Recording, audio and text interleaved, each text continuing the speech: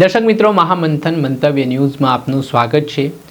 જૂનાગઢમાં હાલ જે મહાશિવરાત્રિનો મેળો ચાલી રહ્યો છે તેમાં મૃગીકાંડમાં ગઈકાલે કીર્તિ પટેલ સ્નાન કરતા જોવા મળ્યા અને તેને લઈને વિવાદ વકર્યો છે।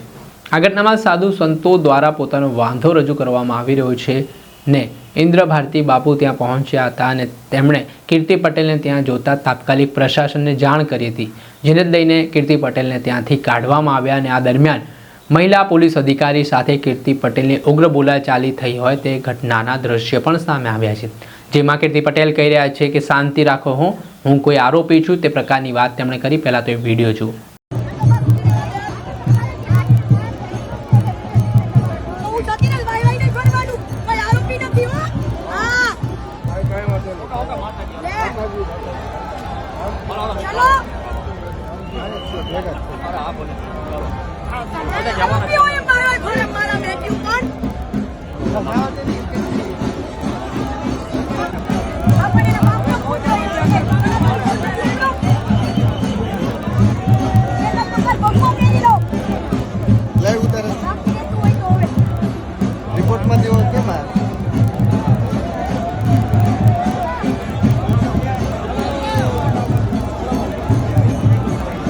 પટેલ ત્યાં પહોંચ્યા ત્યારે આને લઈને વિવાદ છે તે વકર્યો ને આ મામલે પ્રાંત અધિકારી પણ ઘટના સ્થળે પહોંચ્યા હતા।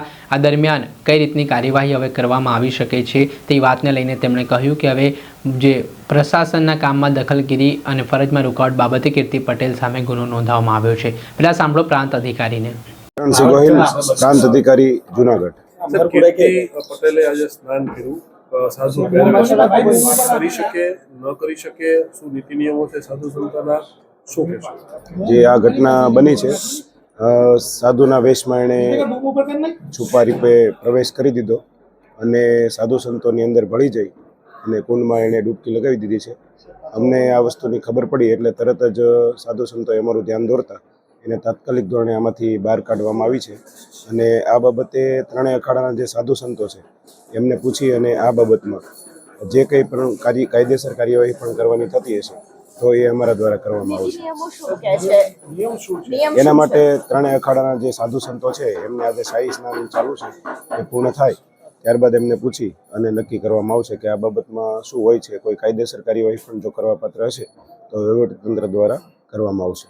લોખંડી વ્યવસ્થા ઊભી કરી તો એટલી બધી ચૂક કઈ કરી શકે? એમણે સાધુના કપડાં પહેરેલા હતા, ઉપરાંત જે એમના વાળ ને એ બધું એવી રીતે સ્ટાઇલ કરીને આવેલા હતા અને સાધુઓની વચ્ચે ઝડપથી જે ગેટમાં જે અમારી પોલીસ છે એમનું ફ્રિસ્કિંગ છે એમાં બહુ ઓછા એક સાથે પ્રેશર આવેલું હતું અને એમાં છુપાવે છે ઘૂસી જાય અને એણે આવું કૃત્ય કરેલું છે।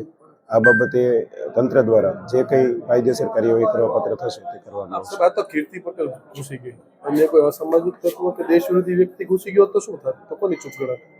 સામાન્ય રીતે આ બાબતમાં અહીં આજ સુધી આવી કોઈ ઘટનાઓ બનેલી નથી અને સામાન્ય રીતે જે સનાતની સાધુઓ હોય છે એમનું જ સ્નાન અહીંયા કરવામાં આવતું હોય છે। એ બાબતે પોલીસ ફ્રિસ્કિંગ પણ રાખવું જરૂરી હોય છે।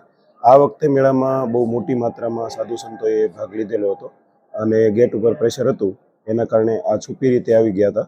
આ બાબતે આગળની જે કંઈ કાર્યવાહી કરવા પાત્ર થશે।